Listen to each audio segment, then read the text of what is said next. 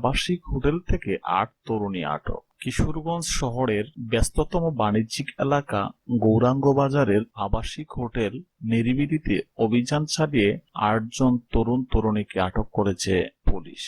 গতকাল শনিবার দুপুর 2:15টার দিকে কিশোরগঞ্জ সদর মডেল থানা পুলিশের একটি দল অভিযান চালিয়ে তাদের আটক করে। কিশোরগঞ্জ সদর মডেল থানার পুলিশ পরিদর্শক জয়নাল আবেদিনের নেতৃত্বে একটি দল ওই অভিযান চালায়। শনিবার বিকেলেই তাদের আদালতের মাধ্যমে কারাগারে পাঠানো হয়। কিশোরগঞ্জ সদর মডেল থানার ওসি মোহাম্মদ আবু বকর সিদ্দিক এ তথ্য নিশ্চিত করেন।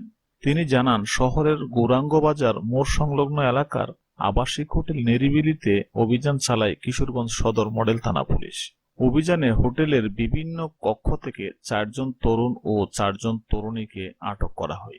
এ সময় তারা হোটেলটিতে অসামাজিক কার্যকলাপে লিপ্ত ছিলেন বলে স্বীকার করেন। ওসি আরো জানান, অভিযানের সময় তাদের আটক করা হয়েছিল। তাদের মধ্যে বিভিন্ন মাদ্রাসা, কলেজ, বিশ্ববিদ্যালয়ের শিক্ষার্থীও রয়েছে। আবাসিক হোটেলে এ ধরনের অসামাজিক কার্যক্রম বন্ধ করতে পুলিশের অভিযান অব্যাহত থাকবে। ওসি মোহাম্মদ আবু বকর সিদ্দিক জানান, এই ঘটনায় এসআই মোহাম্মদ রৌখন উদ্দিন বাদী হয়ে থানায় মামলা দায়ের করেছেন।